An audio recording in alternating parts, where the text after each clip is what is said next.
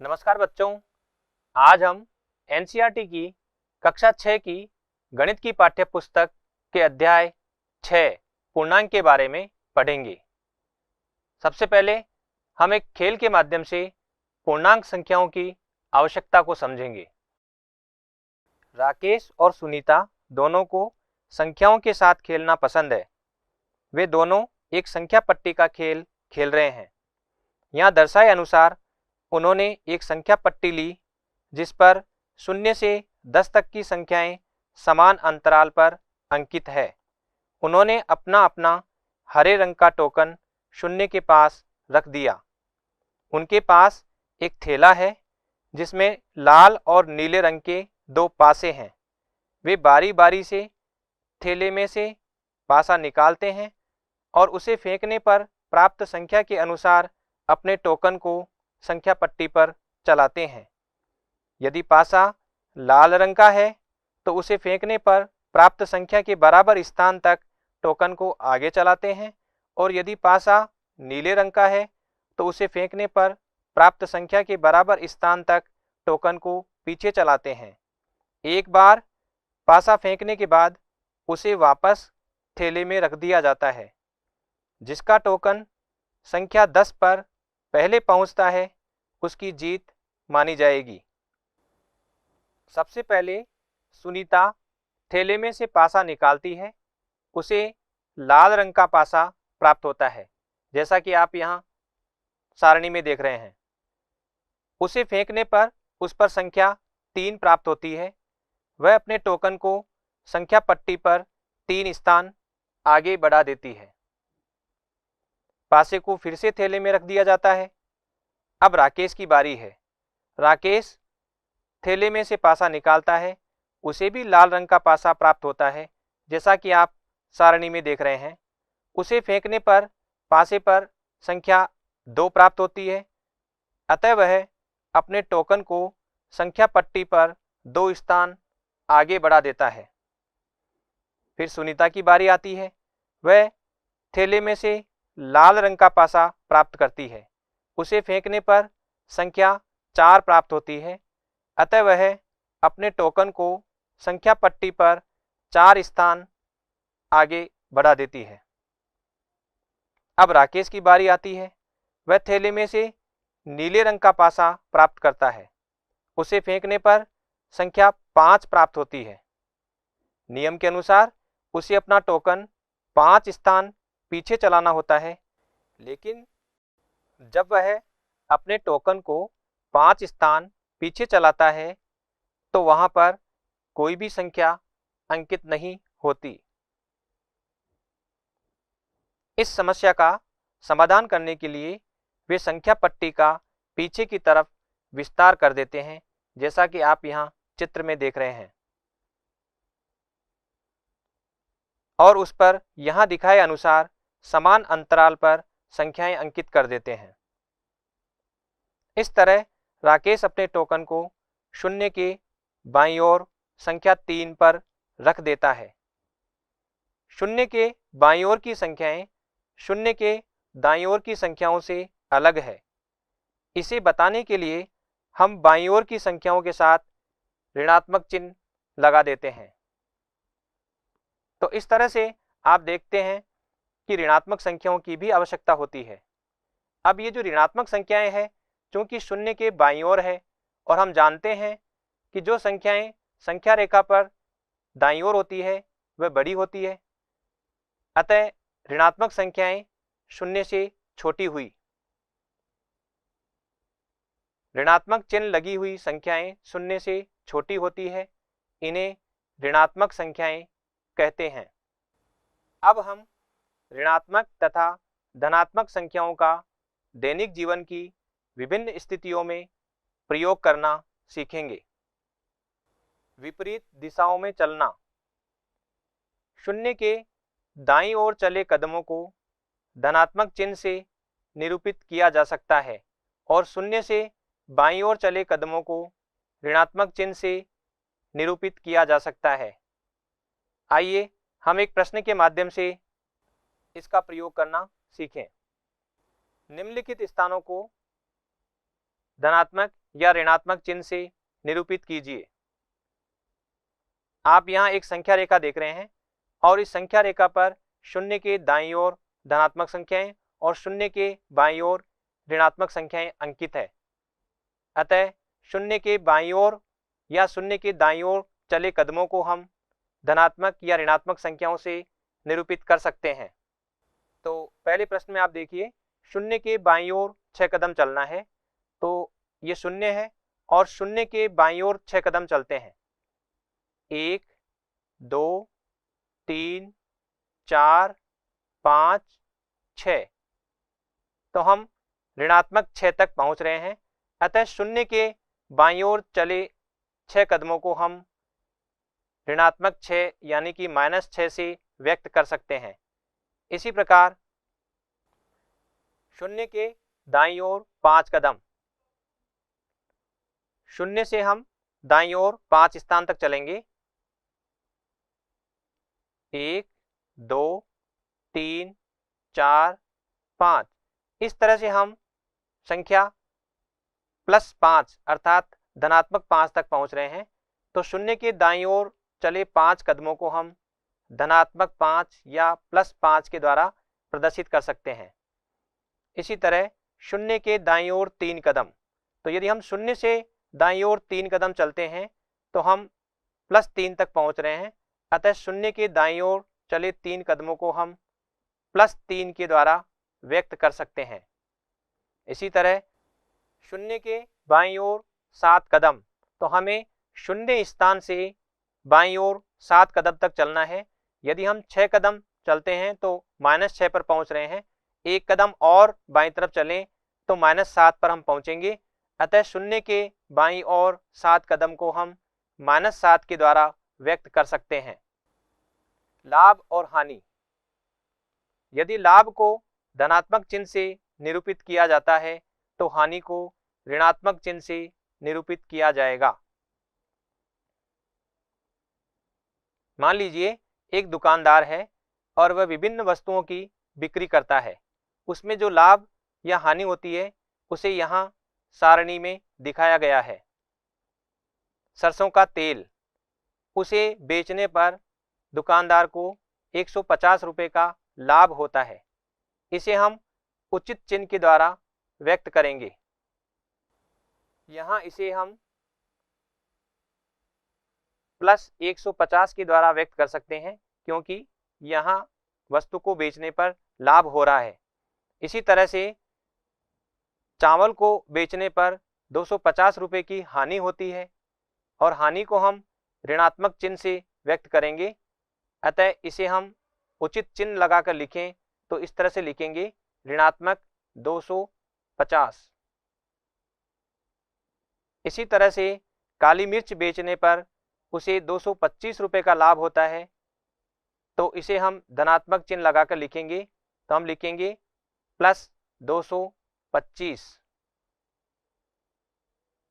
इसी तरह से गेहूं को बेचने पर 200 रुपये का लाभ होता है, अतः इसे हम लिखेंगे +200। मूंगफली का तेल बेचने पर 330 रुपये की हानि होती है, अतः इसे हम ऋणात्मक चिन्ह लगाकर लिखेंगे -330।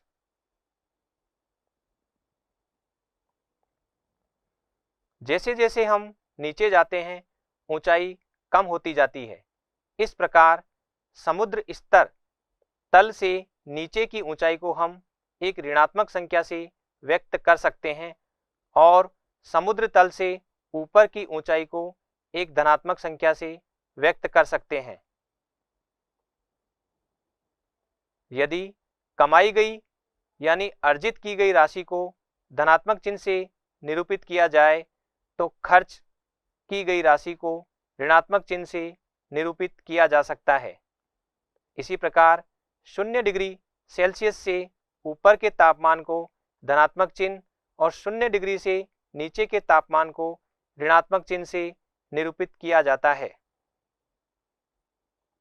आइए एक प्रश्न को हल करने के माध्यम से इसे सीखें। निम्नलिखित को उचित चिन्ह के साथ लिखिए समुद्र तल से 100 मीटर नीचे। क्योंकि समुद्र तल से 100 मीटर की नीचे की स्थिति को हमें संख्या के द्वारा व्यक्त करना है, तो यहाँ हम ऋणात्मक संख्या का प्रयोग करेंगे। तो इसे लिखेंगे -100 मीटर। दूसरे भाग में 0 डिग्री सेल्सियस से 25 डिग्री सेल्सियस ऊपर के तापमान को हमें व्यक्त करना है, तो यहाँ हम धनात्मक संख्या का प्रयोग करेंगे। तो इसे लिखेंगे +25 डिग्री सेल्सियस। इसी तरह तीसरे भाग में हमें 0 डिग्री सेल्सियस से 15 डिग्री सेल्सियस नीचे के तापमान को उचित चिन्ह का प्रयोग करते हुए लिखना है। तो यहाँ हम ऋणात्मक संख्या का प्रयोग करेंगे और इसे लिखेंगे -15 डिग्री सेल्सियस।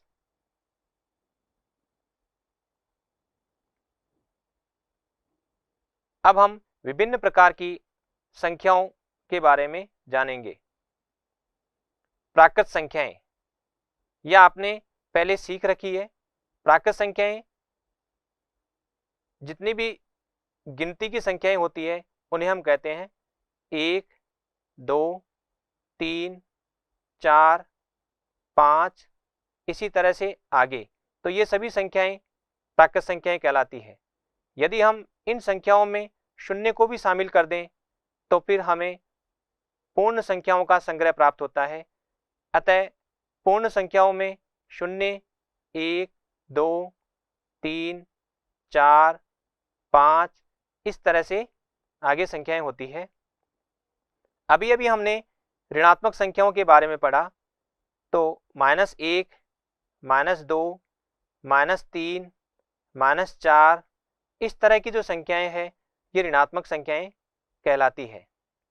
अब यदि ऋणात्मक संख्याओं के संग्रह में हम पूर्ण संख्याओं को मिला दें तो हमें पूर्णांक संख्याएं प्राप्त होगी।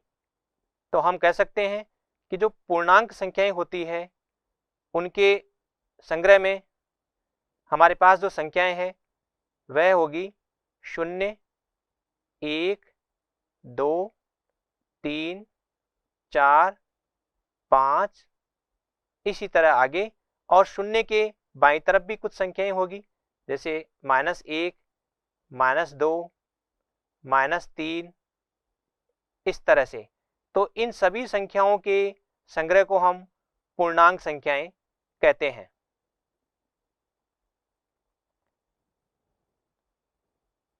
हम पूर्णांक संख्याओं और विभिन्न प्रकार की संख्याओं को यदि कुछ आकृतियों के द्वारा व्यक्त करें, जैसे कि प्राकृत संख्याओं के संग्रह को इस आकृति से व्यक्त करें, पूर्ण संख्याओं को हम इस आयताकार आकृति से व्यक्त करें, ऋणात्मक पूर्णांकों को हम इस त्रिभुजाकार आकृति से व्यक्त करें, 0 को हम इस तरह के वृत्त के द्वारा व्यक्त करें और पूर्णांक को हम इस आकृति से व्यक्त करें, तो हम इन सभी संख्याओं के बीच में जो आपसी संबंध है उसे दाईं ओर की इस आकृति के द्वारा बता सकते हैं। यहाँ आप देख रहे हैं कि ये जो सबसे भीतर आकृति है ये प्राकृत संख्याओं के संग्रह को व्यक्त कर रही है, और यदि इसमें हम 0 को मिला दें तो ये जो आयताकार आकृति है उसके भीतर पूर्ण संख्याएं और प्राकृत संख्याएं शामिल है। और ये जो त्रिभुजाकार आकृति है ये ऋणात्मक पूर्णांक को व्यक्त कर रही है। तो ऋणात्मक पूर्णांक, पूर्ण संख्याएं ये सभी पूर्णांकों के संग्रह में होती है, इसलिए बाकी सभी आकृतियों को हमने पूर्णांक की आकृति के भीतर रखा है। तो इस तरह से हम विभिन्न प्रकार की संख्याओं के आपसी संबंध को समझ सकते हैं। संख्या रेखा पर पूर्णांकों का निरूपण। जैसा कि आप जानते हैं, संख्या रेखा पर हमने 0 और धनात्मक संख्याओं को व्यक्त किया था।